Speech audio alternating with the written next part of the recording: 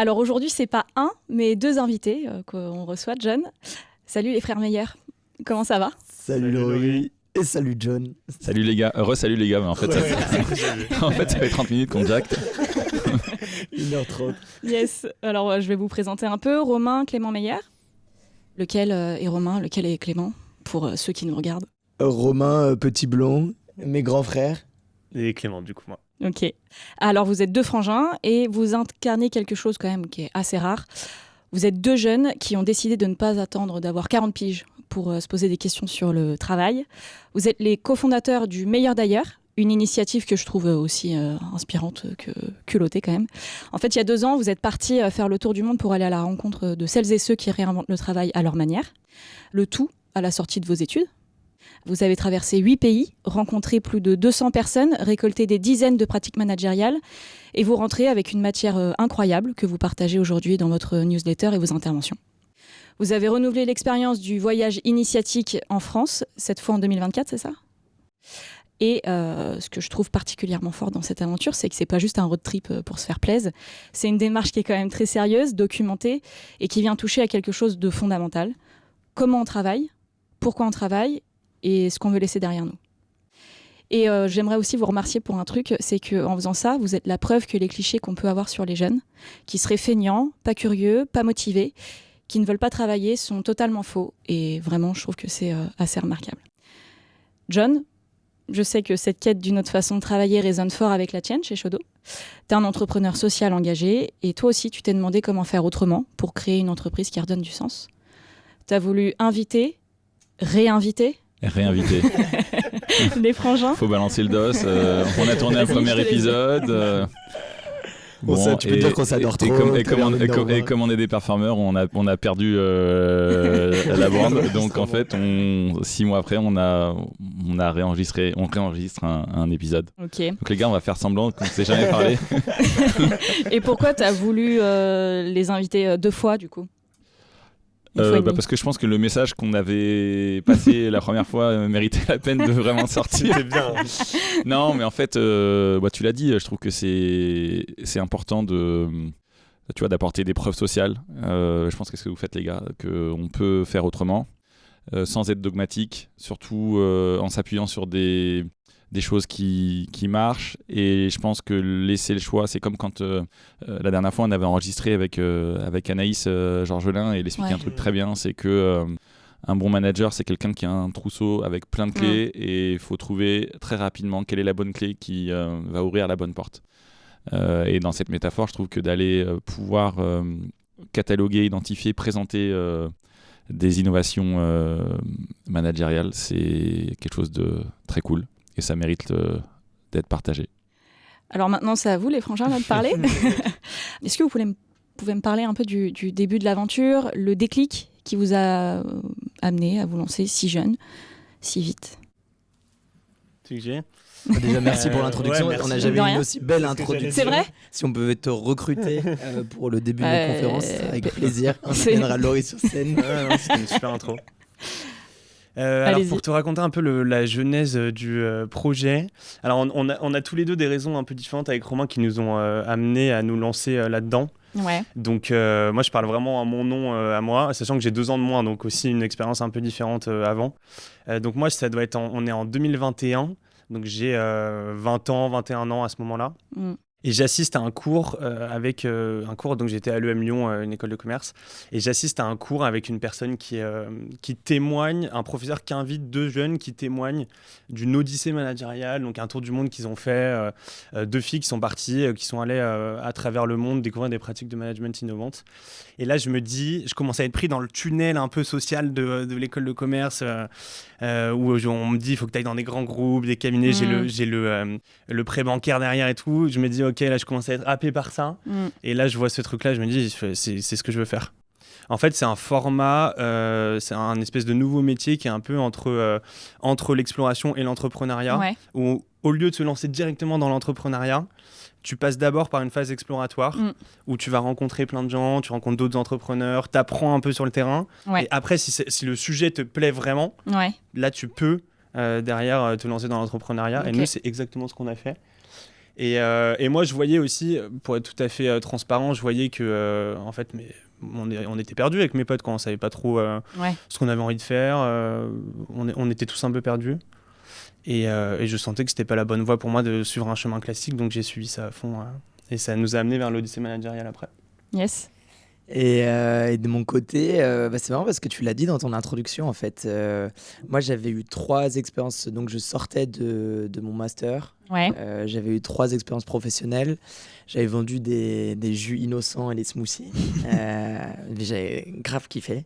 J'avais travaillé après avec 2 entrepreneuses super inspirantes chez Jam avec Marjolaine Gondin. Et puis j'avais géré des levées de fonds pour des startups sociales et environnementales. En vrai, dans mes 3 expériences pro, j'avais adoré. Ouais.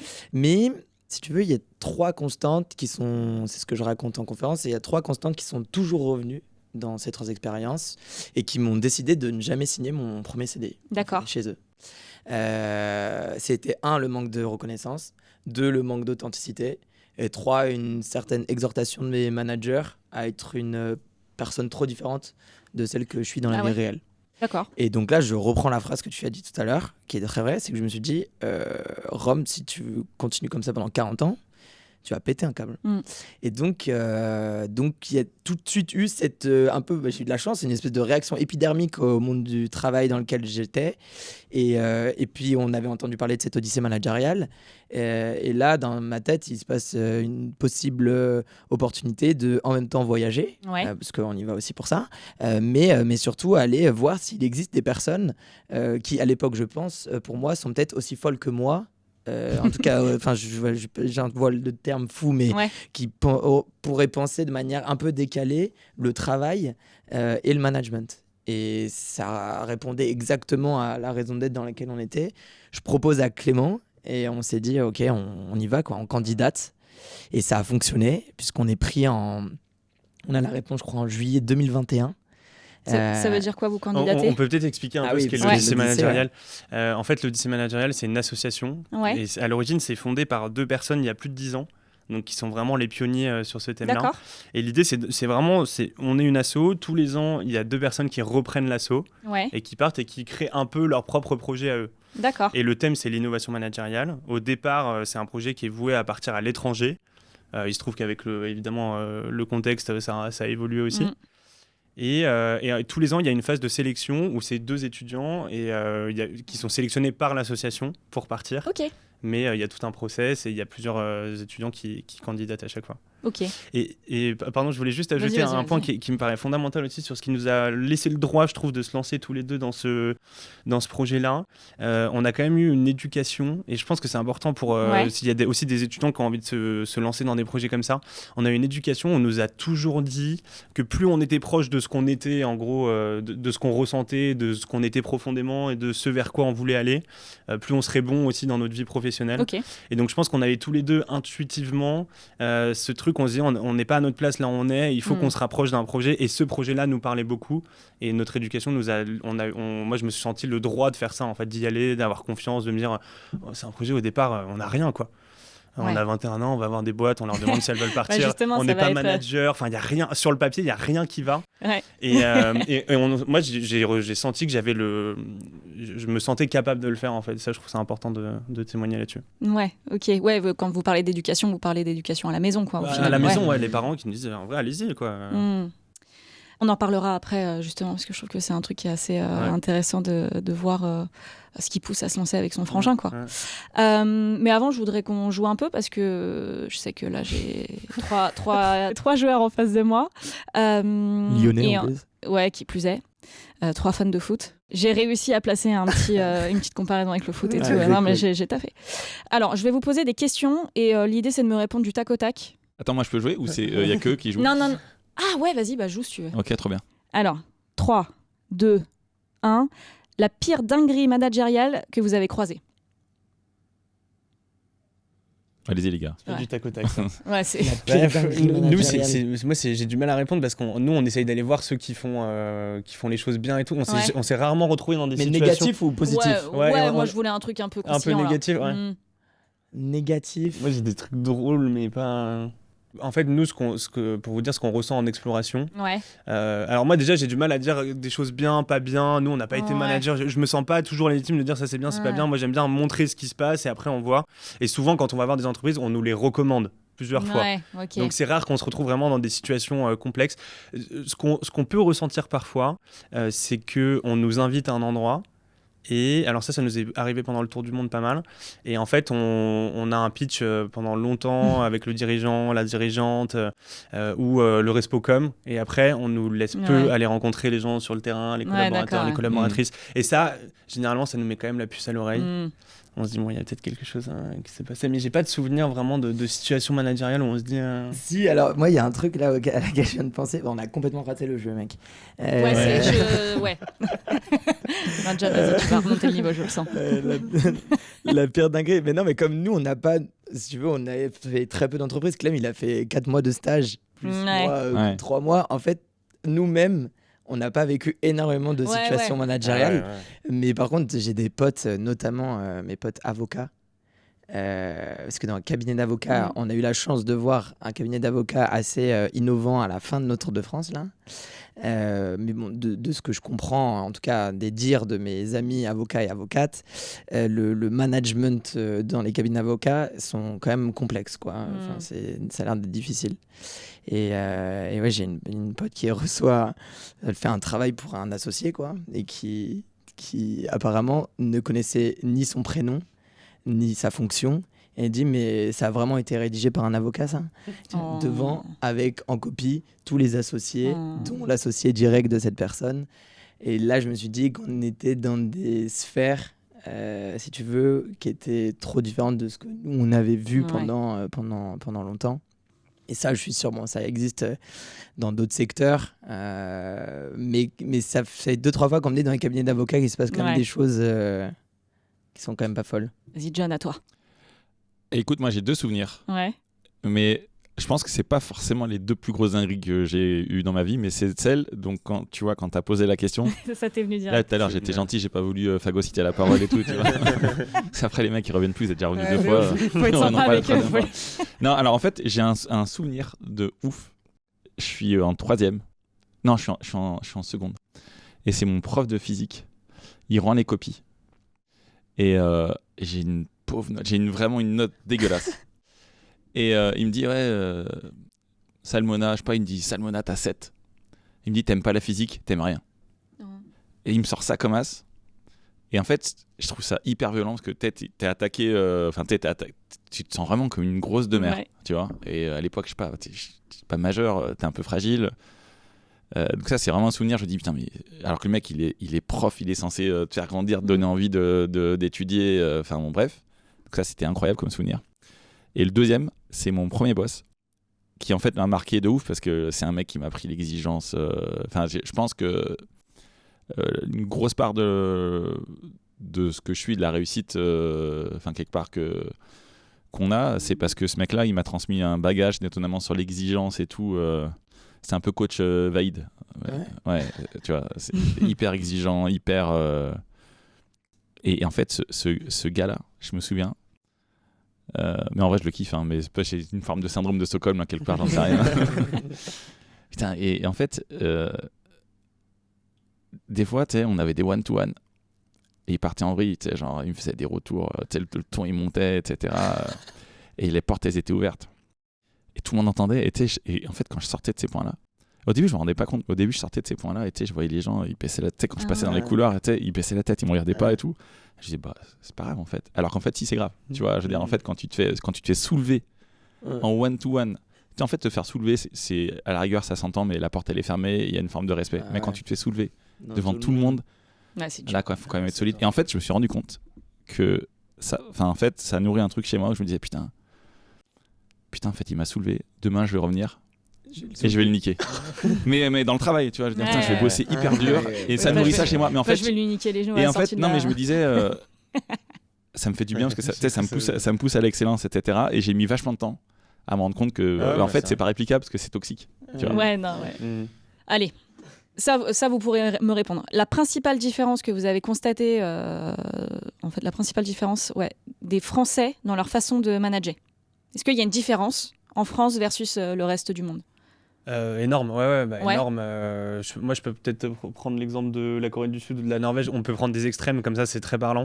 Par exemple, en Corée du Sud, dans la manière de manager, c'est assez militaire.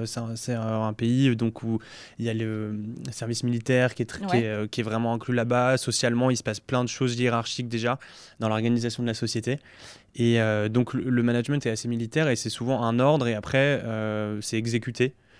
Et ce qui fait que la Corée du Sud est un pays qui est allé très très vite pour rattraper les autres pays parce que il y a une direction et nous ça a été hyper étonnant pour nous. On sort du tour du monde, on nous parle d'entreprises libérées, on casse la pyramide et on arrive en Corée du Sud et on nous dit en fait les gars c'est ultra efficace comme pays, ils ont un niveau de développement qui est du jamais vu en aussi peu de temps. Et donc voilà, donc le management c'est en gros je donne un ordre et après c'est exécuté. Et ce qui est très étonnant parce qu'on retrouve quand même des leviers d'engagement qui sont un peu les mêmes dans tous les pays, qui sont des choses fondamentalement humaines. Et donc nous on se demandait quand même si en Corée du Sud il y avait un lien qui était créé managérial entre le manager et le manager et eux leur manière de le créer, donc c'est nous en France ça va plutôt être dans des moments qui sont dédiés à ça. On a le team building, on a le déjeuner, on a des one-to-one possibles et tout ça, et eux là-bas c'est au moment du soir. Donc il y a une double journée de travail et c'est un moment où généralement ils se retrouvent au bar et là ils vont vraiment créer le lien et c'est là où ils vont régler les problèmes, où ils vont mettre les sujets sur la table. Et souvent c'est un peu politiquement pas correct mais en fait souvent c'est autour d'une bouteille d'alcool et ça c'est politiquement pas correct pour nous mais pour eux c'est culturel. En fait pour eux là-bas c'est culturel et ça existe aussi au Japon et c'est hyper étonnant de voir ça quand on arrive et nous en tant que Français on voit cette double journée de travail.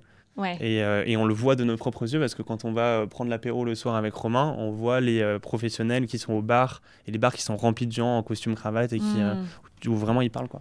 Et tu avais évoqué la Norvège et du coup moi je le connais parce que j'avais lu un de tes posts qui était ouf, mais je pense que tout le monde le connaît pas et c'est important t'as parlé d'extrême inverse. Oui, de l'autre extrême, du coup je vais jusqu'au bout de ma digression. Alors en Norvège c'est un peu tout l'inverse, c'est-à-dire que tout est organisé autour de la culture du résultat. Et ce qui fait que les managers, très naturellement, mais dans la société, sociétalement, ils font vite confiance. Et c'est la confiance a priori. Ça, c'est quelque chose que chez Shodo, je crois qu'on avait vu aussi. Cette idée où est-ce que je dois gagner la confiance quand je recrute, quand je suis manager, est-ce que j'attends de gagner la confiance de mes équipes ou est-ce que je fais naturellement confiance et je me dis que ça va bien se passer. Et en fait, en Norvège, ils font naturellement confiance, donc confiance a priori. Par contre, une fois qu'on t'a donné la confiance, si tu sors du cadre, là, c'est la pression collective est très très forte. Et on te rappelle, c'est la Corée du Sud. On te rappelle, là, ça devient la Corée du Sud, voire du Nord. C'est ça. Et c'est un peu ce qu'on a vu. Et après, par contre, ce qui est impressionnant en Norvège, c'est la culture du résultat. Donc les managers, ils sont formés pour donner des objectifs qui sont atteignables et tout ça. Et après, les collaborateurs, ils sont assez flexibles dans leur manière d'organiser leur vie au travail. Et donc, il y a des horaires, c'est 8h, 16h à peu près. À 16h, c'est les embouteillages à Oslo. Nous, en tant que Français, ça nous a un peu choqués.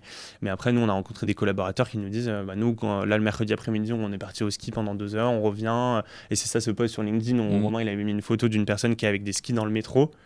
Et on se demandait, mais comment c'est possible ? En fait, ils disent, mais nous, juste, on regarde les résultats à la fin de la semaine. Est-ce que tu as atteint tes résultats ou pas ?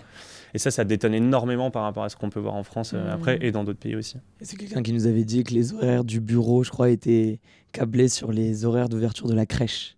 Ah oui, c'est vrai. Donc ça. Et puis après, pour répondre plus directement à ta question sur... on n'aime pas trop faire des généralités parce que est-ce qu'il y a vraiment un type de manager français ? J'en sais rien. Typiquement, vous, ce que vous faites partie des poissons rares français, tu vois, sur l'innovation managériale. Et il y en a, nous, on a dû voir 100 entités l'année dernière, que ce soit public ou privé. Et tu en as vraiment qui sortent du lot. Après, tu dois avoir une masse qui reste quand même dans, je dirais, le management traditionnel, c'est-à-dire basé sur de la hiérarchie, command and control. Toutefois, dans les entreprises que nous, on a visitées l'année passée, donc notre travail, c'est quand même d'aller chercher les meilleurs. Mais s'il y a un trait qui ressort beaucoup, je trouve, plus en France qu'ailleurs, c'est le souci de savoir si ça fait sens, l'expérience collaborateur et collaboratrice fasse sens pour les gens. et on va venir poser les questions. On va venir travailler les raisons d'être, on va venir travailler la mission de l'entreprise, on va changer les statuts de l'entreprise, on va faire des efforts sur ça que je trouvais pas absente, mais en tout cas moins présente lorsqu'on est allé, tu vois, même en Norvège ou en Islande ou aux États-Unis, où on avait été assez déçus par ça, pour le coup, même à San Francisco. Donc je dirais que c'est plus ça. J'ai l'impression qu'on fait peut-être plus attention.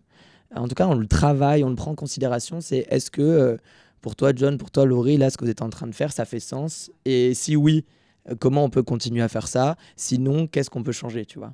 Moi, c'est ce que j'ai perçu dans nos échanges l'année passée. Ouais, non, mais je suis d'accord. En fait, tout ce qu'on fait, en fait, c'est un objectif. Je pense qu'on le martèle dès qu'on en a l'occasion, mais nous, on est convaincus que le bien-être au travail produit de l'engagement. L'engagement, c'est ce qui te permet d'améliorer ta productivité. Et la productivité, c'est ce qui fait que derrière, tu as une forme de performance économique qui rend ta boîte robuste. Donc c'est hyper important parce qu'on le fait parce que c'est notre vision du monde du travail. Ouais. Mais notre vision du monde du travail, c'est aussi de cartonner, d'avoir de l'ambition, d'apporter de la valeur en clientèle. Et c'est beaucoup plus agréable, en fait, c'est beaucoup plus facile de travailler avec le smile et la bonne humeur quand tu es dans une dynamique de succès. Alors que quand tu te prends des doudounes les lundis, les mardis, les mercredis, les jeudis, les vendredis, tu fais la gueule. Et tu avais connaissance, toi, de ce modèle un peu norvégien avant de lancer Shodo? Parce qu'en fait, Shodo, c'est un nom japonais, mais c'est un management à la norvégienne. C'est vrai, vous avez inversé. Tu pourras mettre Shodo en norvégien. Ce qu'il y avait aussi chez Shodo, dans mes souvenirs, c'était quand même la notion de justice sociale qui était très très forte. En Norvège, c'est une société qui est peu hiérarchique. Ouais. Donc il n'y a pas de vouvoiement, par exemple, sauf pour le roi et la reine. D'accord. Et ce qui fait qu'en fait ça se retrouve énormément dans la structure des entreprises où l'écart salarial est assez faible en Norvège, c'est autour de 1,3 je crois, ou 1,4. En France, nous on a vu par exemple Proginov qui est une entreprise qui travaille beaucoup autour de ces notions-là que tu connais, je crois, sur l'écart salarial. Et quand on dit 1 à 3, ça étonne à chaque fois. Ça vient là-bas, 1 à 3, 1 à 4, 1 à 5, c'est à peu près les écarts normaux qu'on trouve. Et c'est un peu un parallèle que je fais. Bon, en fait, après, tout dépend, effectivement. Moi, je trouve qu'encadrer, ça a beaucoup de sens. Après, tout dépend. Tu vois, nous, concrètement, chez nous, on a encadré nos salaires de dirigeants au choix entre 2 fois le salaire médian ou 3 fois la plus petite rémunération, mais en fait on est dans la tech, donc la petite rémunération ça reste une bête de rémunération, tu vois. Ce sujet-là. Donc en fait pour moi après le curseur faut le faire bouger quand tu changes de secteur. Tu vas aller dans des secteurs où effectivement quand la plus petite rémunération c'est le SMIC, tu peux travailler sur des écarts, mais le message je trouve important c'est qui est de dire que le dirigeant s'augmente à partir du moment où tout le monde croque, tout le monde s'augmente, tu vois, ce qui est sain. Et puis je pense que on peut expliquer qu'il y a des écarts de revenus dans une économie de capitaux, parce que c'est comme ça. Il y a des inégalités. Mais je pense qu'un monde où tu as une personne qui gagne 200 000 fois ce que gagne quelqu'un d'autre, c'est un monde qui n'a pas beaucoup d'avenir. De toute façon, il y a des très riches quand il y a des très pauvres. Donc voilà. Mais en fait, tu peux les faire cohabiter qu'à partir du moment où il y a consensus sur le fait que la personne qui gagne beaucoup, elle le gagne parce qu'elle a des responsabilités, elle fait des choses que l'autre ne fait pas. Et que quand la personne qui gagne le moins, en fait, peut vivre dignement. Vivre dignement. Elle gagne bien quand même, quoi. Voilà. Allez, dernière question. La pratique qui vous a le plus inspiré? Alors là, on a souvent on en a plein. Moi, c'est la fête de la défaite. C'est ma préférée. C'est celle que je préfère faire en conférence. Donc, la fête de la défaite, on l'a trouvée aux États-Unis, à San Francisco, chez Intuit. Et ils organisent une fois par an un énorme séminaire, tu vois, avec toutes les personnes de l'entreprise. Et ils vont faire monter sur scène presque toutes les équipes, avec les managers en première ligne, pour que chaque équipe puisse raconter son plus grand échec, sa plus grosse connerie de l'année. Le bonnet d'âne. Ouais, vraiment. Mais surtout, tous les apprentissages qui en ont suivi. D'accord. Tu vois. Et ils vont créer des débats collectifs autour de l'échec. Qu'est-ce qu'ils peuvent en tirer? Ils vont faire à l'américaine standing ovation, hola, pour féliciter les personnes qui ont eu le courage de venir sur scène. Ils vont écrire un booklet à la fin de chaque séquence pour expliquer comment l'entreprise a raté et ensuite a pu s'améliorer et donc est dans une démarche d'amélioration continue chaque année. Et donc moi, j'adore cette pratique. On l'a fait faire depuis 2 ans en conférence à tous les Français. On n'a jamais raté une fête de la défaite. Et en tant que Français, vu notre aversion à l'échec, tu sens que ça fait peur. Hein. On a eu des demandes avant les fêtes de la défaite, parce qu'on les prévient quand même qu'on va faire ça. Enfin, ceux qui nous commandent les conférences. Et ils nous demandent toujours, non mais les gars, surtout dans les villes, parfois on a dans les agglomérations où c'est un peu tendu politiquement, et ils nous disent non, il faut que vous ayez 2-3 jokers, quoi. On lèvera la main s'il y a personne et tout. On dit non, on veut pas de joker, laissez-nous faire. Ouais. Laissez-nous faire, vous verrez. C'est une défaite où j'ai gagné quand même. C'est ça. Ouais, c'est ça. Non, laissez-nous faire et vous verrez. Et en fait, à chaque fois où on a l'impression que ça va être le pire, t'as toujours 4 ou 5 personnes qui veulent venir, quoi. Ce que j'adore là-dedans, c'est que tu viens de travailler la vulnérabilité des gens. Et tu montres à quel point le pouvoir de la vulnérabilité est super fort dans l'entreprise. C'est un moment qui est hyper intéressant et primordial pour les managers, parce que on parle pas assez de leur vulnérabilité, on parle pas assez de la possibilité d'être vulnérable en tant que manager et de la pression que tu subis en tant que manager quand tu peux pas l'être. Aujourd'hui, tu as un tiers des managers français qui regrettent d'être devenus managers. C'est la population salariale qui est le plus en détresse psychologique. C'est parce que ces personnes-là, on leur laisse pas cet espace de dire putain, je vais pas bien, quoi, j'ai besoin de vous. Et donc cette fête de la défaite, moi ce que j'aime bien ici, c'est que en même temps tu le fais dans un cadre où c'est fait pour ça, donc tu sais que tu vas pas venir pour des victoires, que tout le monde va passer un peu à la trappe, et en même temps ça fait du bien de lâcher son sac, quoi. Et à chaque fois qu'on le fait faire, tu sens qu'il y a une espèce de chape de plomb qui c'est cathartique un peu, ça les soulage, quoi. Tu les fais travailler sur ça, tu les laisses raconter leurs conneries, et en fait ils adorent. Et après, souvent, notre conf, elle est irrécupérable pendant 5 ou 10 minutes, parce que les gens, quand t'as lâché le « Ah putain, j'ai fait de la merde l'année dernière » on a eu 2-3 fêtes de la défaite, mais mémorables. Tu kiffes la fête de la défaite, John? Je trouve que l'idée est cool, ouais. Parce que en fait, on fait tous des dingueries. Il y a que ceux qui font rien, qui font pas de bêtises, quoi.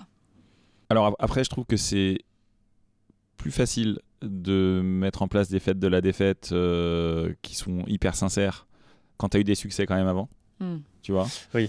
Je dirais ça spontanément. Mais je trouve que c'est important en fait de le...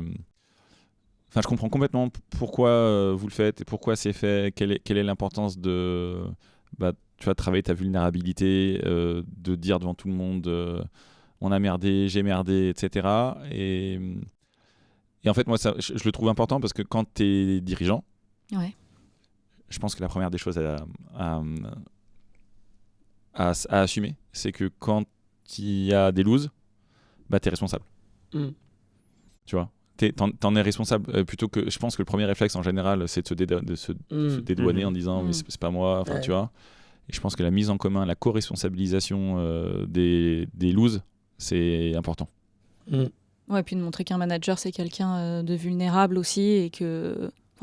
un humain, quoi. Ouais, quand t'es manager, je pense que quand t'es un bon manager, t'es capable de dire que les succès, c'est pour ta team. Ouais. Et que les loses, elles sont pour toi. Ouais, carrément.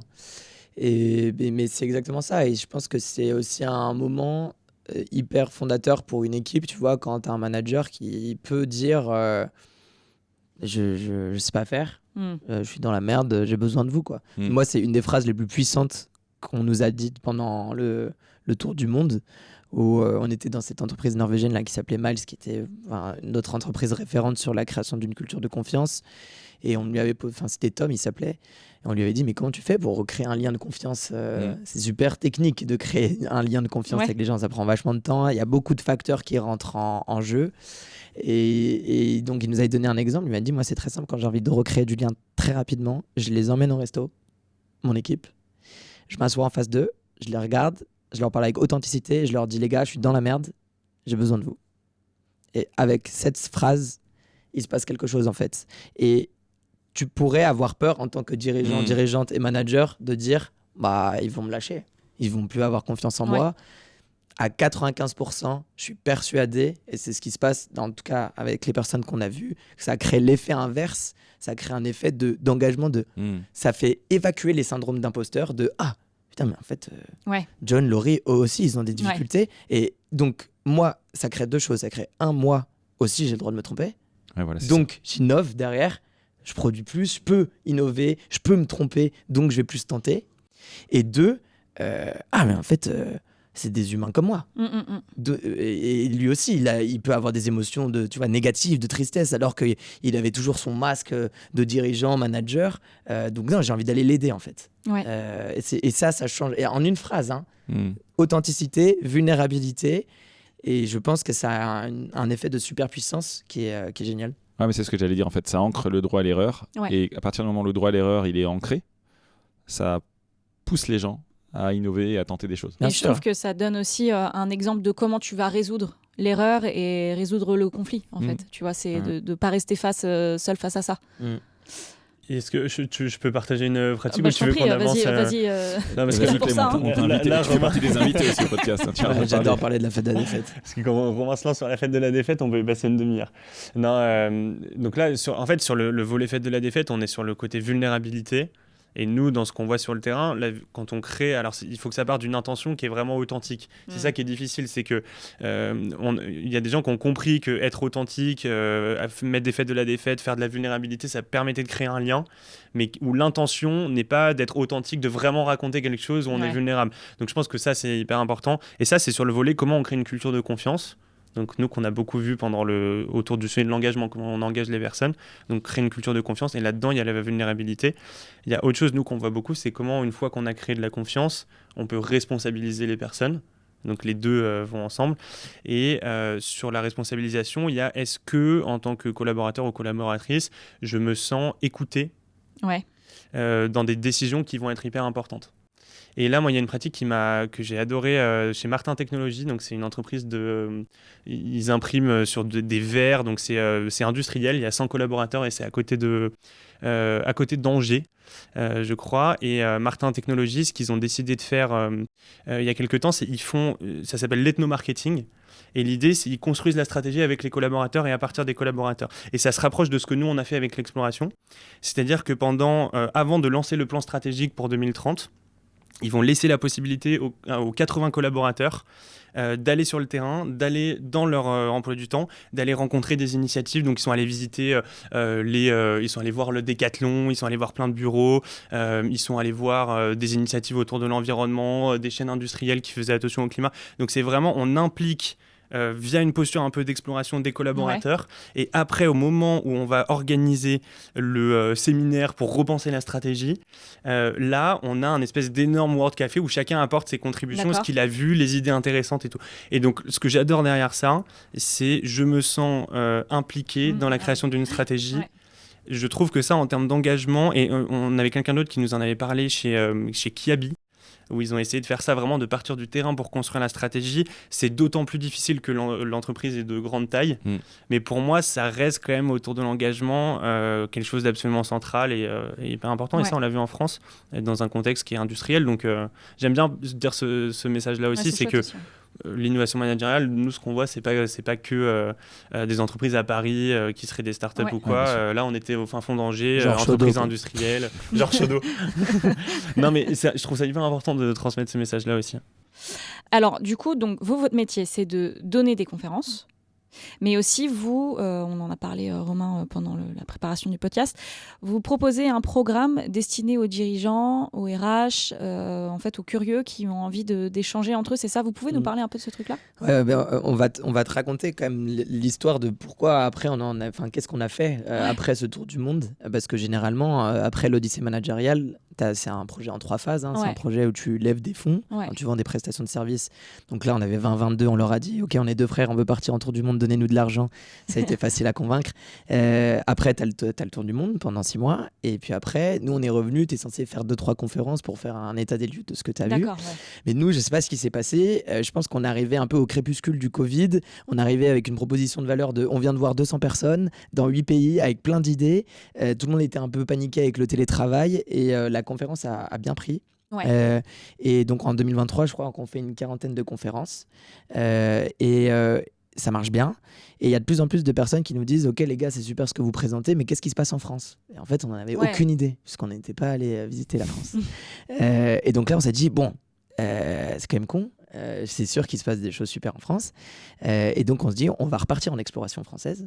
Cette fois, on va créer une promo autour de ça. On va copier le modèle de notre Odyssée managériale, c'est-à-dire qu'il y a des boîtes qui nous achètent un pack qui est aujourd'hui autour de 20K, tu vois, et qui, en contrepartie, permet d'accéder à tout notre contenu, d'avoir une conférence personnalisée, d'accéder à notre jeu de société, parce qu'on a créé un jeu de société aussi, de faire des learning expeditions en France ou ailleurs.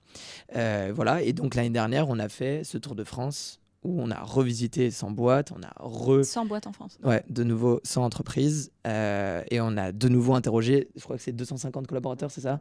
Donc notre compteur d'exploration aujourd'hui, il a 200 organisations, publiques, privées, que ce soit de la start-up, PME, grands groupes, hôpitaux, écoles scolaires, et c'est à peu près 450 personnes interrogées. Okay. Donc notre travail... Là, on n'est pas conférencier, c'est un de nos produits, mais c'est un des métiers.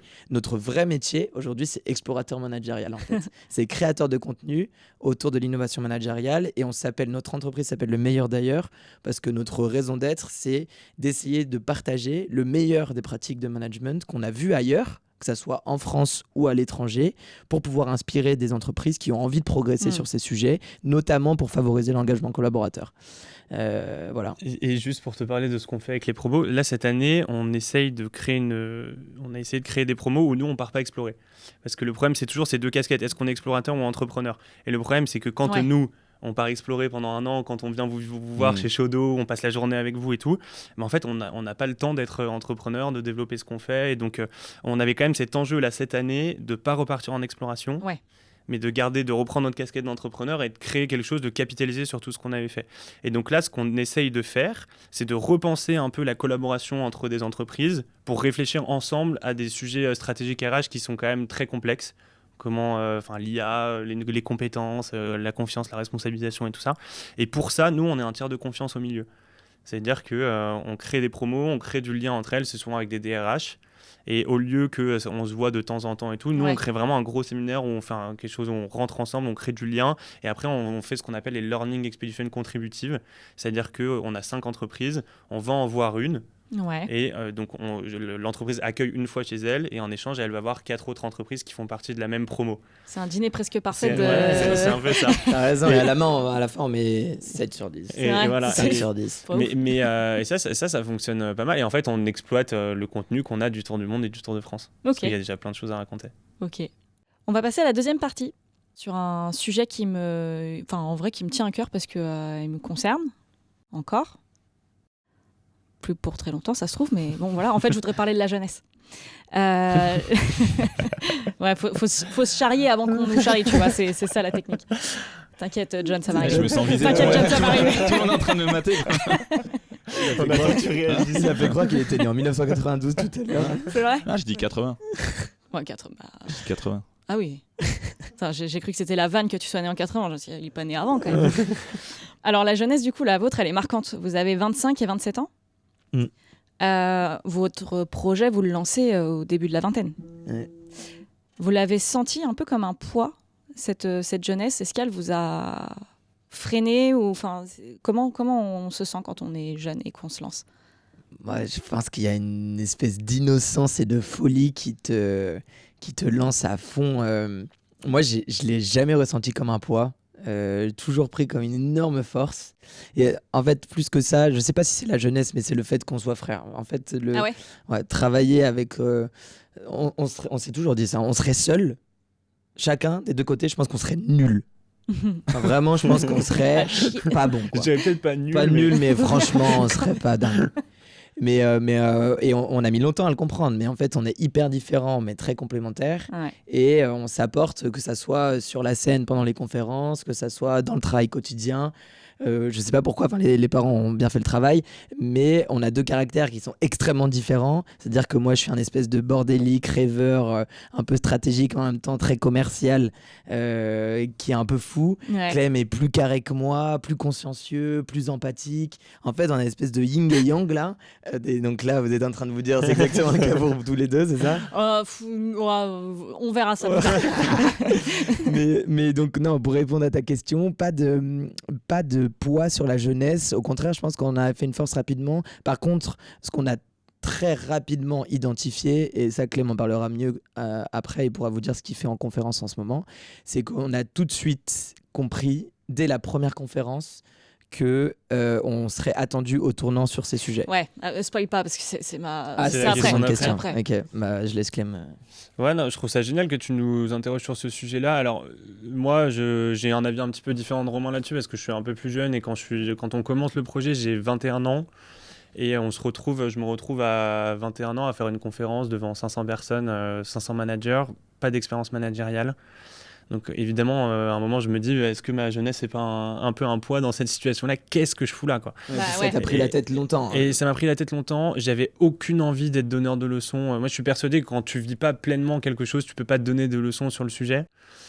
Donc, en fait, je cherchais un peu la bonne posture qu'on pouvait avoir et je me disais, mais est-ce qu'on peut vraiment avoir une posture intéressante, apporter des choses? J'ai toujours en tête quand même que plus t'es proche, enfin, que c'est une vraie stratégie, c'est vraiment une forme d'intelligence de se rapprocher de là où t'as le plus de valeur possible.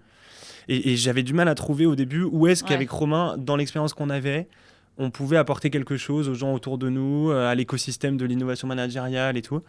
Et en fait, très vite, donc c'est pour pas spoiler la question d'après, mais nous, la posture, c'est une posture d'exploration.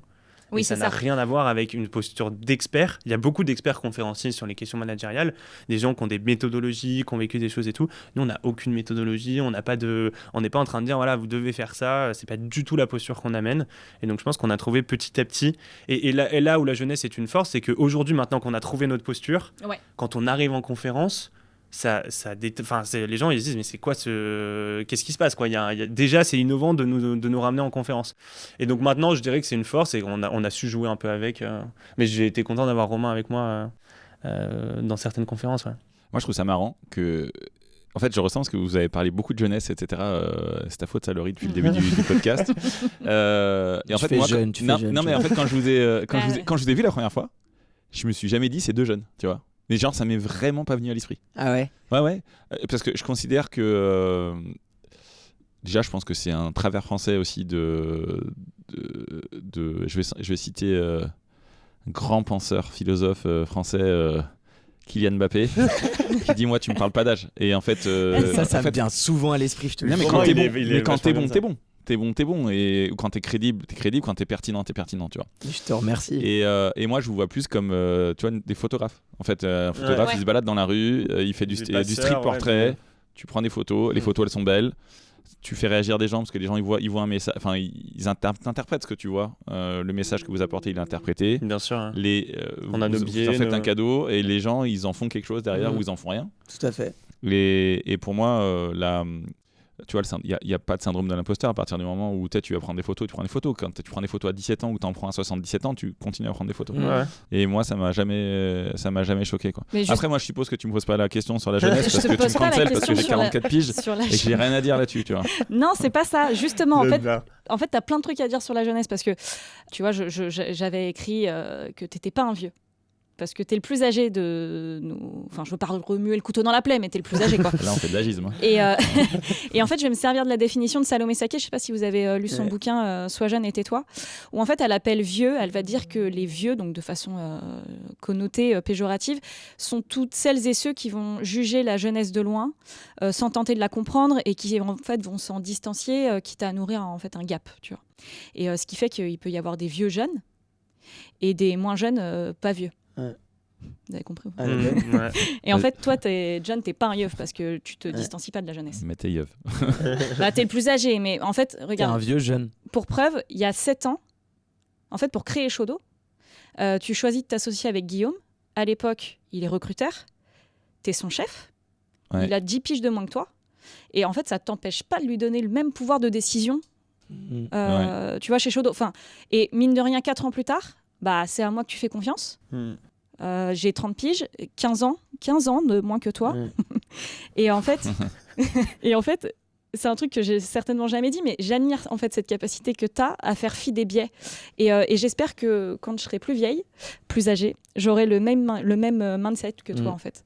Parce que je suis certaine que le profond respect que tu as pour les jeunes, et parce que c'est un vrai respect que tu as pour les jeunes, comme pour les frères meilleurs, bah, ça te pousse à être quelqu'un de meilleur. Et sans jeu de mots. C'est un jeu de mots. Moi, je voulais pas la faire. Mais ça demande. Excuse-moi, j'ai le droit d'intervenir parce que c'était une pas déclaration vraiment, d'amour de Peut-être dingue. moi je pourrais répondre aussi. Non, mais parce que ça demande en fait quand même un travail sur soi. De ouf. Parce que là, ce que tu viens de décrire, c'est qu'il a réussi à trahir son ego en fait.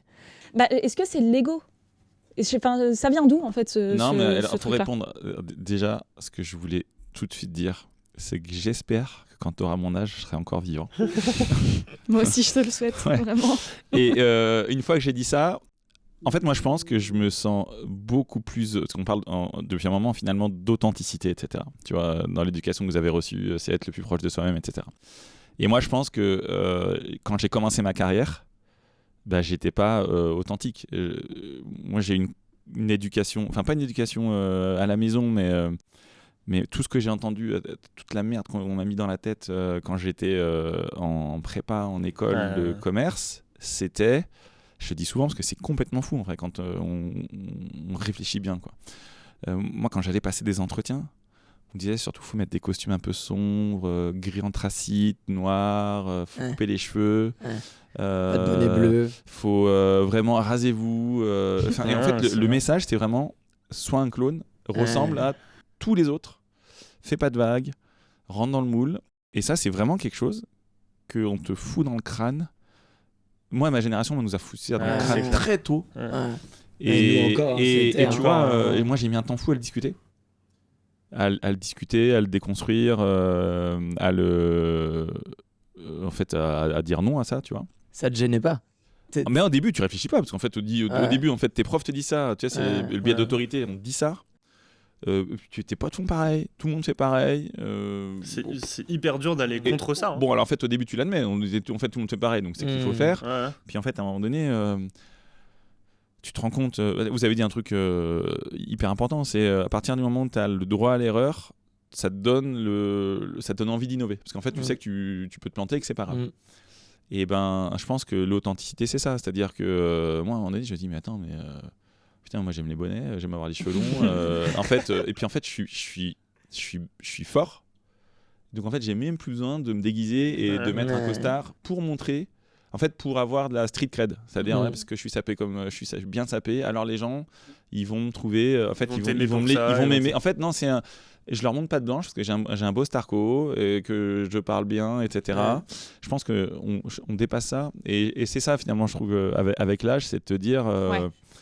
T'as des gens, ils arrivent, ils cartonnent, ils sont pertinents, et t'as des nazes de ouf qui sont quinquas, qui sont au bord de la retraite, ils sont nuls. Et puis t'en as qui arrivent et qui ont 30 ans de moins, et en fait ils sont forts. Et c'est ça qui compte, en fait, à un moment donné. Et tu comprends un peu tout ce qu'on va reprocher, à tort hein, d'ailleurs, mais à la jeunesse, tu sais, qu'elle n'est pas motivée, qu'elle n'a pas envie de bosser. Moi, tu vois, genre par exemple, moi, je suis sûre que vous l'avez entendu ça. On l'a tous entendu. Ouais. Mais les mecs qui te disent ça ou les meufs qui disent ça encore aujourd'hui, ils l'ont entendu eux-mêmes. Ouais, parce que c'est vrai que c'est un truc, c'était mieux avant, c'est un truc vieux. De vieux. De réac, c'est un truc de réac. Mais qui est vieux comme le monde. Il y a Aristote qui a dit. De ouf, bah voilà. Non, alors moi j'ai le poète grec Hésiode. Sors la citation. Je l'ai pas en 720 avant Jésus-Christ, hein, donc comme quoi c'est vraiment un truc qui trouvait déjà insupportable la jeunesse de son temps. Non, mais je pense que c'est aussi, tu vois, quand on est là à dire c'était mieux avant, c'est que je pense qu'il y a une forme de peur du déclin. T'es dans un monde que tu comprends plus, les codes changent. Tu comprends pas. Et tu vois, ça veut juste dire que tu te sens plus. Ouais, tu vieillis, quoi. Mais nous on nous a beaucoup demandé de faire des conférences sur l'intergénérationnel. Ouais. Et en fait, on a arrêté parce que c'est exactement ce que tu disais tout à l'heure. Pour nous, on parlait des jeunes Alors que des jeunes, enfin déjà avec Romain, on est tous les deux peut-être dans la case jeune aujourd'hui, mais on est complètement différents, on n'a pas les mêmes aspirations. Moi, je me sens, comme tu disais, j'ai des gens autour de moi qui ont 50. On s'est associé avec quelqu'un, il a 45 ans. J'ai l'impression que je suis avec mon pote qui a 25 ans. Quoi. Ouais. Enfin, et donc, en fait, pour nous, c'était pas un vrai sujet à traiter. Enfin, on n'avait pas notre place de vraiment le traiter en conférence. On a vite arrêté en fait pour cette raison-là. Mais on a failli en faire le sujet d'exploration de nos Tours de France. Et les gens nous ont dire. dit non, C'est, n'allez pas tout là-dessus. le monde, à un moment donné, tous les médias sont emparés, la Gen Z, C'est devenu le gros sujet. Ça veut que du sens, il y a la flexibilité, télétravail, etc. Ouais. On a, avant de faire le Tour de France, on voulait trouver un sujet d'exploration, parce qu'on était parti sur l'innovation managériale pendant l'Odyssée, et Tour de France, on s'est dit, OK, il faut quand même qu'on retrouve un angle. Ouais.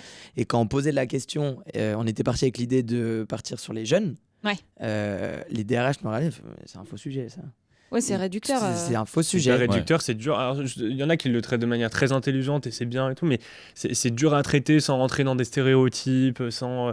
Même c'est nous, quoi les stéréotypes les stéréotypes, mais un jeune, ce qu'on disait, un jeune qui a reçu moi, mon éducation, le milieu dans lequel je viens, le fait que j'ai grandi à Lyon, en ville et tout, par rapport à un jeune qui a vécu à l'autre bout de la France, dans le monde rural et tout, c'est pas les mêmes jeunes en fait. On peut pas parler de la même chose, c'est pas les mêmes enjeux, c'est pas la même vie, c'est pas les mêmes aspirations. Oui. Puis tout ce qu'on reprochait, c'est-à-dire fainéantise, volatilité, manque d'engagement, sens et tout. Quand tu regardes vraiment les études qui sont sorties les 4 dernières années, en fait, elles détruisent, elles déconstruisent de ouf. tous ces statuts-là.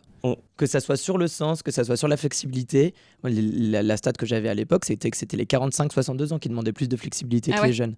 Pareil sur la volatilité. En fait, à la sortie du Covid, c'était faux. À la sortie du Covid, une des générations qui a pris quand même le plus cher, c'était quand même la jeunesse. C'est pas pour hasard que Barnier et Macron insistent sur la santé mentale. C'est que les jeunes, quand je dis les jeunes, c'était à l'époque, c'était marqué 18-25 ans, ont un besoin de confort et de sécurité qui est plus important. Mais c'est surtout qu'en fait, tu as un marché de l'emploi qui est vachement moins riche et beaucoup plus fragile. Tu as 19% des 15-29 ans qui sont au chômage. Donc en fait, ça c'est quand même énorme, tu vois. Et tu as 60% des jeunes actifs qui sont précaires, donc en CDD ou en intérim. Et en fait, c'est aussi ça, c'est qu'on n'a peut-être pas forcément... Enfin, oui, on a besoin de plus de sécurité, mais parce qu'au final, on en a moins. Je voulais vous faire réagir sur une citation tirée du discours d'Albert Camus quand il reçoit un petit prix Nobel en 57, parce que je la trouve hyper inspirante et je voulais savoir ce que vous en pensiez. Chaque génération, sans doute, se croit vouée à refaire le monde. La mienne sait pourtant qu'elle ne le refera pas. Mais sa tâche est peut-être plus grande. Elle consiste à empêcher que le monde se défasse. C'est succinct, vous voulez que je vous la relise ou pas ? Chaque génération, sans doute, se croit vouée à refaire le monde. La mienne sait pourtant qu'elle ne le refera pas, mais sa tâche est peut-être plus grande. Elle consiste à empêcher que le monde se défasse. Empêcher que le monde se défasse. Ouais. Ça vous parle ? Bien sûr, je pense que on est en plein cœur du sujet. C'est que c'est marrant, hein, quand on cherchait notre nom d'entreprise, notre mère nous avait dit ce serait marrant que vous appeliez Trait d'Union. Je lui ai dit c'est nul maman, mais c'est super intéressant dans le fond parce que quand tu regardes ce qu'on fait, c'est créer plein de ponts et plein de liens entre les gens.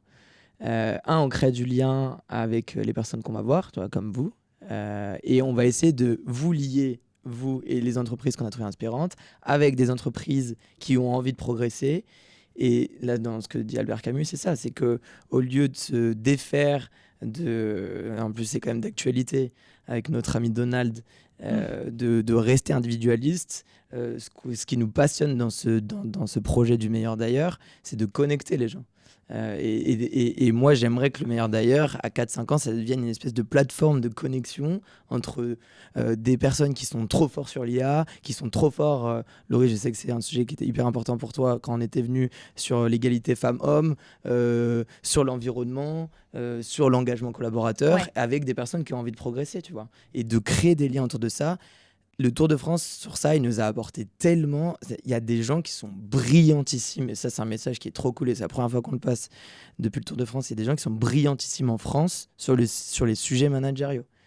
et vous en faites partie. Mais donc, il faut mettre ces personnes-là en valeur et il faut les connecter avec des gens qui ont envie de progresser, tu vois. Et donc, la mission du meilleur d'ailleurs, je trouve qu'elle résonne énormément avec ce que monsieur Albert Camus a dit. Et ça résonne beaucoup, moi, je trouve, avec la posture d'exploration. Ouais. Qui est une posture, et nous on essaye, là j'en parle parce que lundi je donne un cours là-dessus, on essaye avec Romain de se dire est-ce qu'on n'a pas une place à jouer sur l'exploration. On a compris un peu comment on passait de l'exploration à l'entrepreneuriat, et l'exploration c'est un truc qui est absolument génial quand tu es jeune, parce que tu rencontres plein de gens différents, et tu te rends compte aussi qu'il y a plein de gens hyper sympas qui ont juste envie de transmettre ce qu'ils ont appris, qui sont pas là pour te mettre des bâtons dans les roues. C'est très gratuit comme échange, donc c'est une toute autre manière de rentrer dans le monde professionnel, et qui est pas du tout empreinte de tout le monde a envie de se mettre sur la gueule, tout est en train de partir en... Moi, quand je ressors du Tour de France, j'ai plutôt le sentiment que c'est plein d'espoir.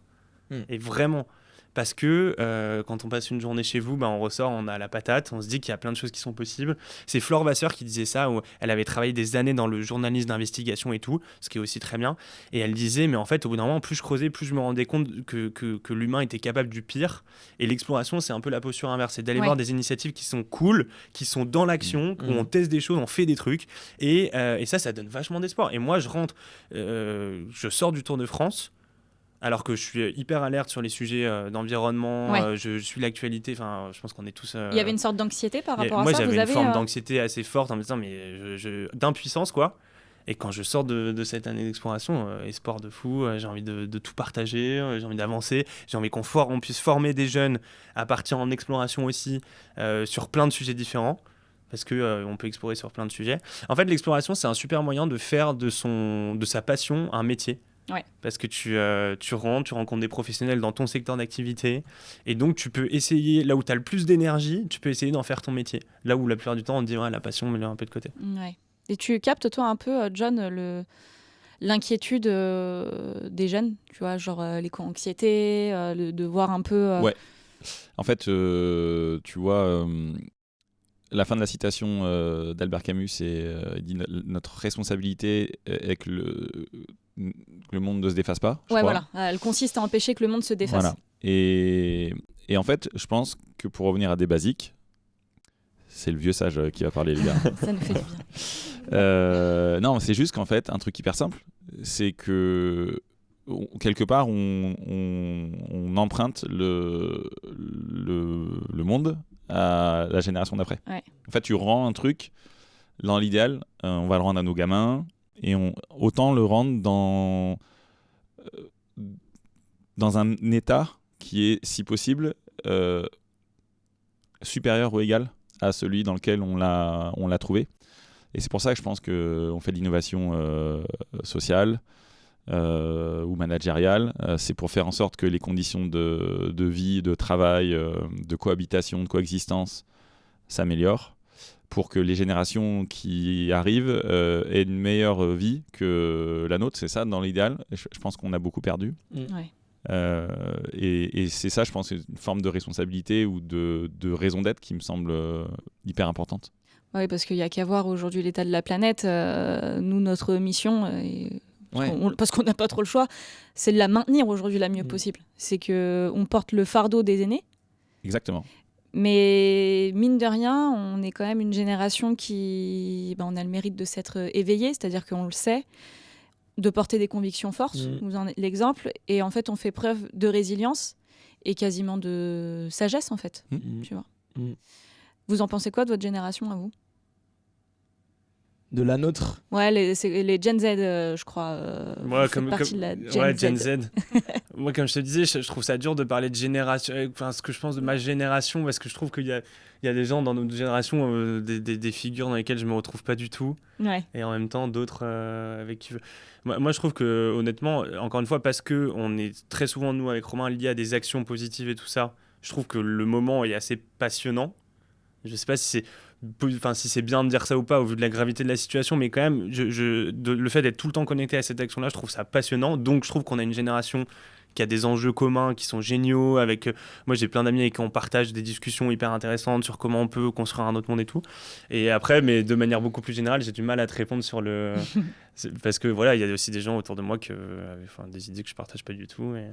Mais ce qui rentre quand même en jeu dans notre génération, c'est que, John vient d'en parler, c'est qu'on arrive à une perspective qui est quand même peu réjouissante, quoi.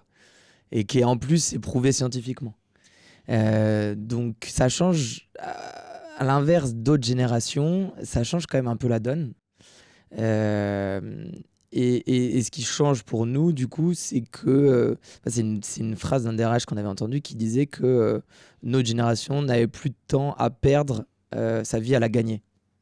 Et donc, on va vocaliser plus rapidement par rapport aux peut-être anciennes générations, ce qui va nous déplaire, ce qui est incorrect vis-à-vis de ce qu'on imagine dans les 40 prochaines années, que ce soit sur l'environnement, que ce soit social, sociétal, va peut-être y avoir une vocalisation beaucoup plus forte de bah non, attends, tu vas pas m'emmerder, je vais finir à 17h. Parce qu'après, je dois m'occuper d'autres choses, quoi. Il y a peut-être il y a d'autres sujets, il y a l'assaut, il y a la planète. Je veux dire, ça ne fera pas de moi. Ouais. Ok, le travail est important. En tout cas, si c'est ce que cette personne pense. Mais je ne serais pas forcément moins bon que quelqu'un qui est resté jusqu'à 19h, quoi. Je veux dire, la raison et la raison d'être et le projet qu'il y a derrière de soit environnementalement sauver ce qui est encore peut-être sauvé sur les 30 prochaines années, c'est hyper important, si tu veux. Ça prend une place chez nous. En fait, ce que je trouve trop intéressant là-dedans, c'est que ça fait partie de notre mission de vie. Il y a plein de personnes, plein de générations qui ont eu des quêtes et des missions qui étaient différentes. Tu vois, défendre notre pays pendant des guerres. Nous, notre challenge, c'est d'essayer de sauver la planète. Et je trouve que c'est un challenge qui est plutôt cool, en réalité. Il est effrayant, mais en vrai, il est quand même cool. Il est plus sympa qu'aller chercher une guerre, tu vois, ou défendre ton pays. Ça se trouve, on va faire les deux. Mais j'espère qu'on sera plus sur l'environnement. Et je trouve qu'il faut garder de la positivité autour de ce sujet, de l'optimisme pour y arriver. Un bon moyen de se sentir plus fort face à l'angoisse dont vous parlez, c'est de bien s'entourer. Et bien s'entourer quand on entreprend, c'est quand même fondamental. Alors vous avez décidé de construire un projet entre frères. C'est un pari osé, hein, parce qu'une étude de Noam Wasserman, je le dis certainement n'importe comment, mais voilà, on n'a rien compris. montre que les conflits entre cofondateurs sont l'une des principales causes d'échec des startups. Et en fait, vous... m'étonne tellement pas. Ouais, en fait, vous, si vous plantez la boîte, bah, tu dois quand même passer, en plus de ça, des repas de merde à Noël, parce que tu t'es embrouillé avec ton frangin, quoi. Ouais. C'est quand même vraiment risqué. Ouais. Tellement. C'est pour ça que ta daronne, elle a voulu appeler ça Trait d'Union. Ah, ça se trouve, il y a un truc comme ça. Clairement. Pourquoi vous avez tenté l'aventure ensemble ? Parce qu'on est complètement fous. Non, mais je pense qu'on s'est même pas trop posé la question au départ. Ce qui est fou, alors, quand on commence le tour du monde, on a vécu 18 ans dans la même chambre avec Romain. On se connaît parfaitement, on s'est vu dans tous les états d'un point de vue personnel. On ne se connaît absolument pas d'un point de vue professionnel. Donc on est en Norvège, et là on s'engueule une première fois, mais un peu vénère. Mais surtout, on part avec la sensation que de toute façon, ça va bien se passer. Voilà. Ouais. Et Romain, par exemple, moi, donc on rencontre un coach et tout. Et Romain, il me dit, mais un vrai mec, on n'a pas besoin de se faire coacher. Voilà, pendant les 6 mois, on se connaît parfaitement, il y a zéro galère et tout. Pour moi, il n'y avait pas de sujet. Premier appel en Norvège, où on commence à s'engueuler, on commence à se mettre sur la gueule. Je peux te dire qu'il y avait besoin d'un coach. Hein, se mettre sur la gueule. Mais en fait, le problème, non, on s'est jamais mis sur la gueule. Après, pendant un mois, en Norvège, on commence à avoir les premières engueulades. Deuxième pays, on arrive en Islande. Et là, on envoie une vraie grande première engueulade. Mais là on est l'un. C'est genre 2 heures de discussion où ça se gueule dessus. Et on s'attaque, c'est ça qui est mauvais, on s'engueule dans un cadre pro comme des frères. Ouais. Donc ça veut dire, c'est comme si là, vous deux, vous vous engueulez. Alors je connais pas l'état de vos engueulades, mais c'est comme si vous vous engueulez tous les deux et vous vous parlez comme des frères et sœurs. Donc c'est insultes, c'est nous avec Romain quand on s'engueulait quand on était petits, on se mettait sur la gueule, hein, on se tapait. Ouais, donc voilà, donc t'es pas très loin de ce rapport-là en fait où il y a un jeu de force. En plus Romain grand frère, moi petit frère. Donc il y a quand même ce rapport qui un peu. Gagne sur mais 20 cm, je vais pas le dire ça. Une humilité. Non mais en Islande, à ce moment-là, pour la première fois, on se regarde, on fait oh putain. En fait, si ça se trouve, on va pas y arriver. Ouais. Et Ouais. 2, ça va être beaucoup plus difficile que ce qu'on avait prévu. On se dit vraiment qu'on peut ne pas y arriver. On peut ne pas aller au bout des 6 mois à cause de ça, alors que c'est la dernière raison que j'aurais mise au départ. On avait, et pourtant, alors malgré tout, j'ai quand même accepté qu'on se fasse coacher du coup par Thomas Bouchard qui est devenu notre associé sur le jeu de société, qui a été notre coach pendant 1 an, puisqu'il nous a aidé à préparer l'Odyssée managériale. Il nous a suivis après pendant les 6 mois et il nous a coachés même après.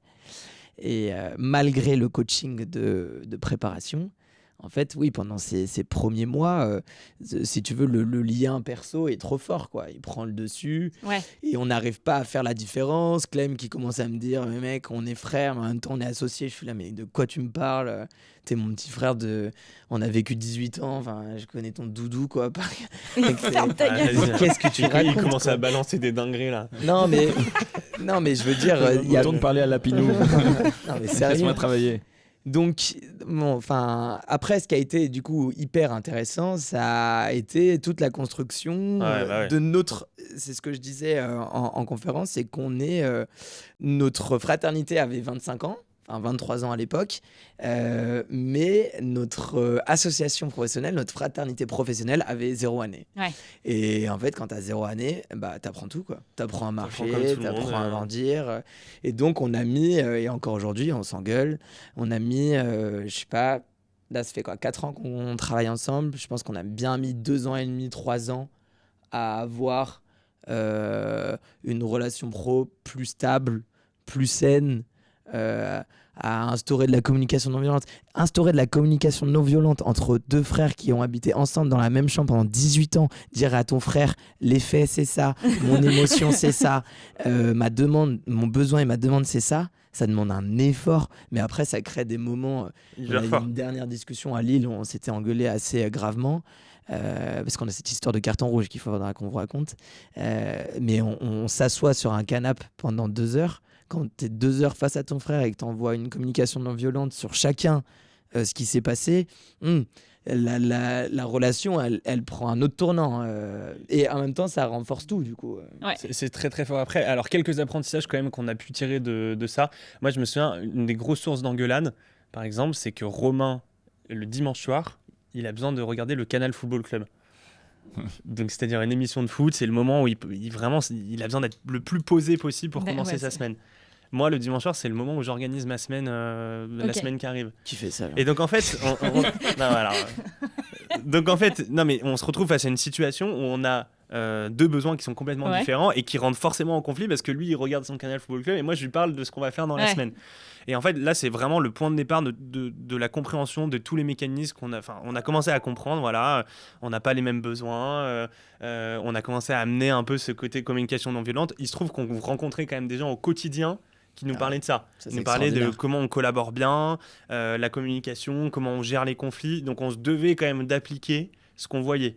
Ça a été, ça pour moi, c'est un apprentissage qui est important. Donc la compréhension de chacun nos besoins, arrêter de s'engueuler dans des moments. On s'engueulait toujours au même moment. Quand on arrivait dans un nouveau pays, par exemple, t'es dans ta zone d'inconfort. T'arrives au Brésil, Corée du Sud, tu comprends rien.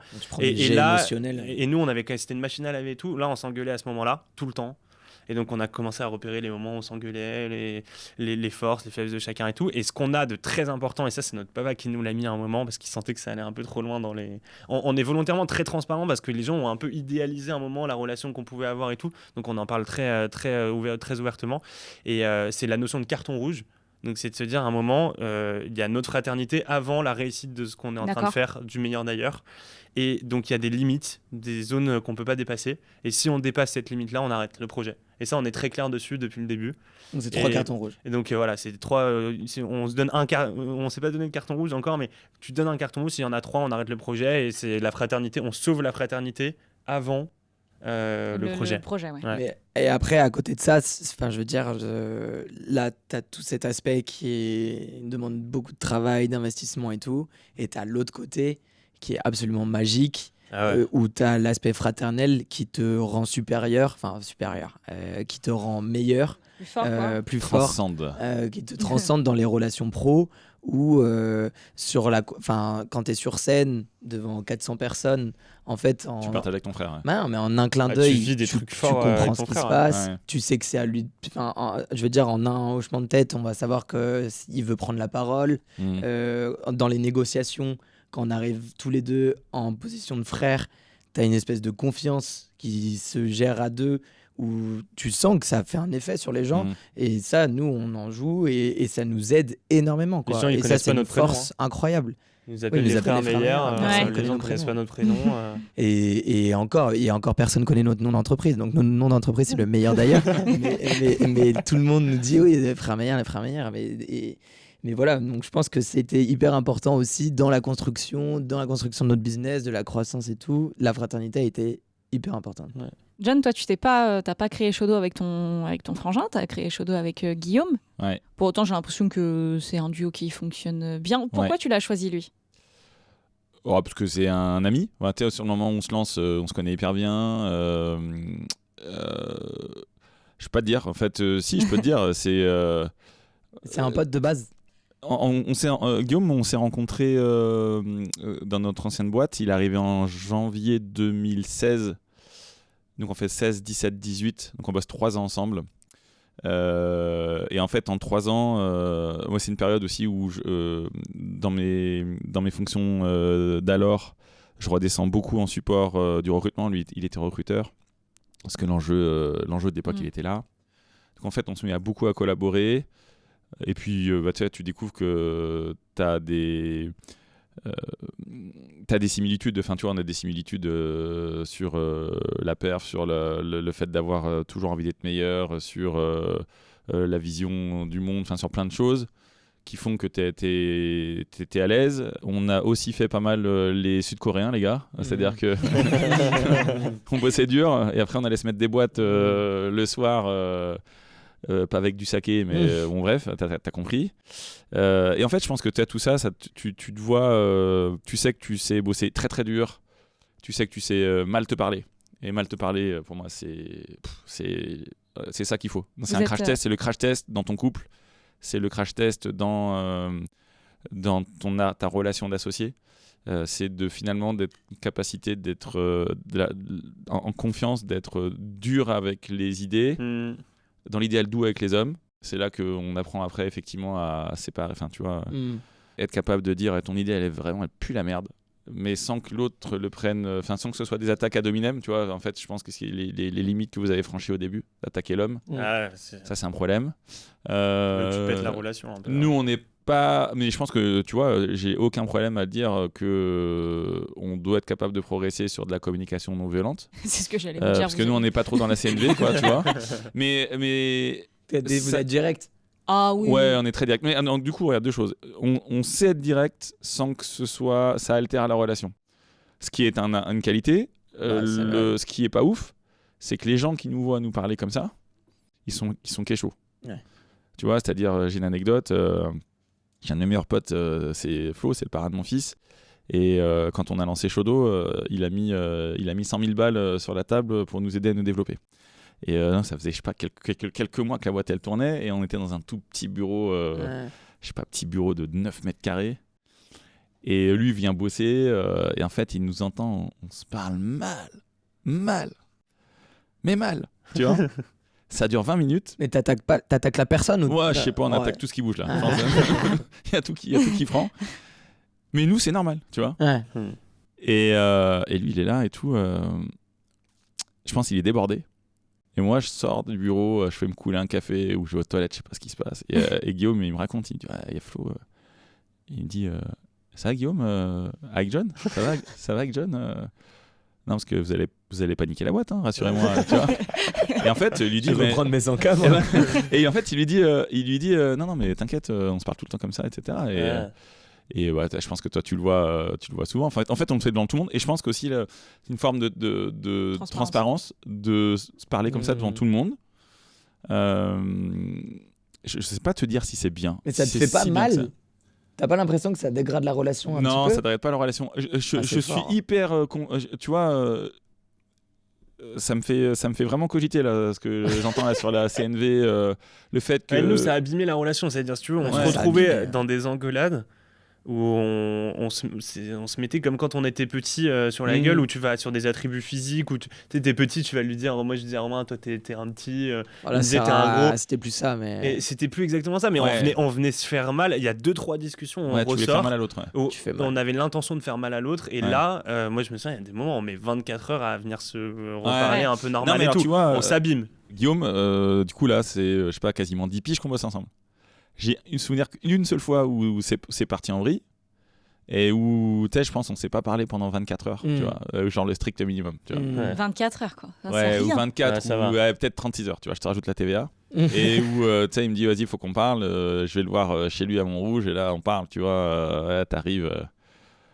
Pardon. Non, mais pendant 15 minutes, t'entends un peu les mouches voler, tu vois. Ouais. Mais on s'est parlé, voilà, c'était... Mais ouais, enfin, je pense que c'est une force.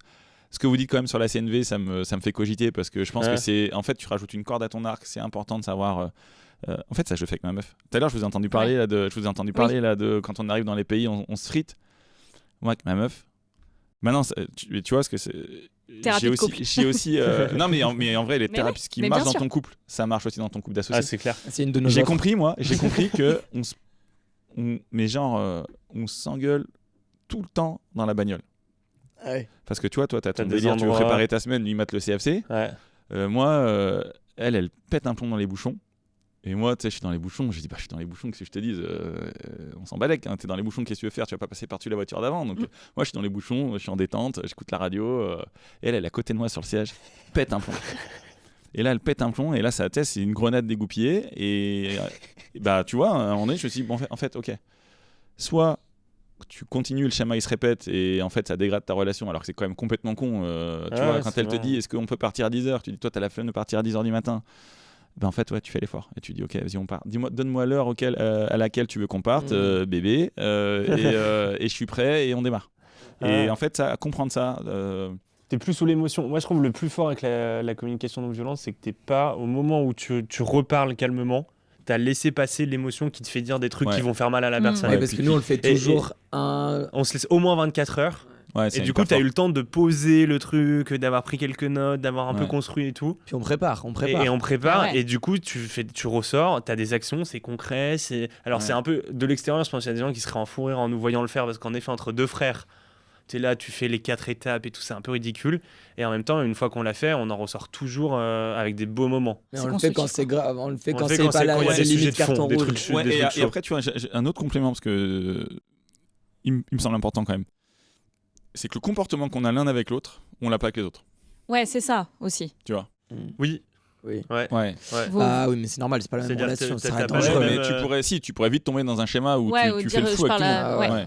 Et en fait, ils ont façon, ils se parlent l'un à l'autre, mais en fait sur le même pied d'égalité aussi. En fait, c'est ça. Pas les mêmes choses. Vous êtes frères, mais enfin vous êtes liés par le sang, alors que vous avez le truc de vous être trouvés parce que vous vous ressemblez quand même vachement, quoi, tout en vous complétant. Ouais. Ça c'est fort, hein, franchement, de réussir à aller un peu dans la discussion dure. Mal et de pas égratigner la relation. Ça fait 10 ans donc j'imagine. Oui, mais en fait, ils vont jamais critiquer la personne. Tu vas pas dire à Guillaume. Et vous avez un pacte d'associés ou pas? Ouais, alors du coup, ça c'est une très très bonne remarque parce que le premier conseil que je donnerais, moi, c'est bien sûr qu'il faut faire un pacte d'associés. Nous, on nous l'a conseillé de le faire entre frères et on l'a pas fait. C'est dur entre frères parce que tu peux. Mais je suis d'accord. Non, mais vous avez peut-être aussi un lien. Tu vois, vous avez mis les 3 cartons rouges, ça c'est hyper fort. Parce que du coup, vous avez accepté, c'est un accord tacite entre vous, que la relation fraternelle, elle est au-dessus de tout. Elle est avant le... Ouais. Ce qui n'est pas le cas dans les relations d'associés. C'est-à-dire qu'en fait, à un moment donné, le pacte d'associés, c'est quoi? C'est ce qui permet non pas de protéger ta relation avec ton associé, parce que ça, tu n'as pas besoin de pacte d'associés pour la protéger, mais ce qui permet de protéger ta boîte. Et un pacte d'associés, c'est quoi? C'est vraiment quelque chose qui permet en dernier lieu, quand on n'arrive plus à se parler, etc., on applique le pacte, parce qu'on l'a signé, et la boîte derrière, elle tourne, elle est protégée. Ouais. Et ben voilà, on va le faire tout à l'heure. Prends rendez-vous chez l'avocat.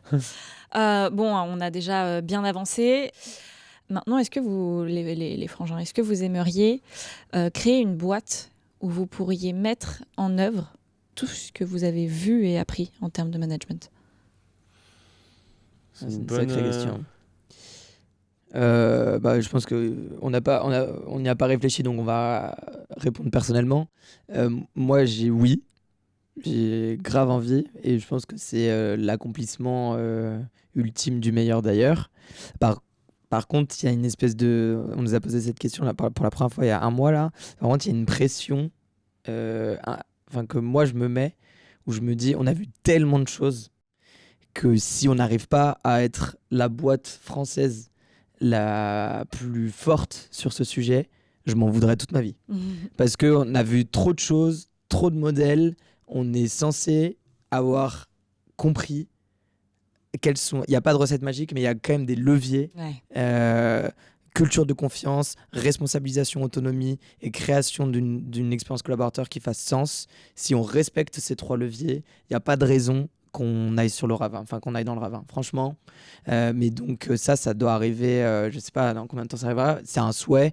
À côté de ça, je sais que ça... Il y a un truc où moi ça entraverait. J'ai aussi on a créé la boîte. Moi j'ai un aspect liberté qui est hyper important pour moi. Et pour l'instant, on est encore ultra libre puisqu'on n'est que 2. Quand tu as des salariés, c'est un peu moins le cas. Donc il y a un peu des discussions avec Clément autour de ce sujet. Mais pour l'instant, c'est ce que je pense, moi. Moi, je me mets pas trop cette pression-là. Je pense qu'aujourd'hui, notre rôle, c'est pas tant d'aller expérimenter ce qu'on raconte, c'est plus d'avoir cette posture de témoin, d'aller mettre en avant des profils qui le font déjà très très bien. Romain m'a déjà plusieurs fois dit, ce serait bien qu'on reprenne une entreprise, qu'on teste tout ce qu'on a vu et tout. C'est pas là où moi je me sens aujourd'hui appelé à aller. Je me sens beaucoup plus, par exemple, appelé à aller développer la posture d'exploration auprès des étudiants, auprès d'autres jeunes, pour leur permettre de vivre un peu ce qu'on a vécu. C'est plus un truc qui me parle que d'aller tester ça en interne. John, tu as un conseil pour eux, pour la suite, si ils ont envie de créer une boîte ou pas, Non, donne-nous un conseil de sage. Non, mais j'ai pas de conseil parce que, mais c'est surtout pas de conseil de sage parce que, en vrai, les gars, à l'âge que vous avez, et j'en étais même pas au 10e de votre réveil sur le monde du travail ou le monde tout court. Donc, dans les temps de passage, moi, par rapport à moi, vous avez plus de 10 piges d'avance. Et on est nul en maths par rapport à toi. Vous êtes quoi ? On est nul en maths par rapport à toi. Ouais, possible. Mais bon, non, j'ai pas de conseil. Et en fait, tout à l'heure, j'ai dit, je pense que le talent n'a pas d'âge. Et j'ai pas que vous avez pas de talent. Non, mais vous avez du talent, les gars. Vous avez du talent. Vous avez pas d'âge, mais vous avez du talent. Très bien. Merci, John, ça fait plaisir. Merci, John. Venant de toi. Et merci beaucoup à vous 3, c'était hyper cool. Laurie. Merci à vous. Pour cette belle question. Ouais, c'était super. Ouais, c'était bien. Ouais. Ça valait vraiment le coup que je perde la putain de bande du premier épisode et pour qu'on puisse se revoir. Voilà, c'était trop bien. Très content d'avoir pu parler de la jeunesse, d'autres choses, Oui. de tout le projet aussi qu'on mène derrière, parce que c'est ce qui nous fait vivre, c'est ce qu'on fait la plupart du temps, quoi. Donc c'est cool d'en parler aussi. T'as un vrai talent de podcasteuse. Ouais, merci pour tout. beaucoup. Et à la prochaine. À la prochaine. Salut les gars, c'était un plaisir. Ciao.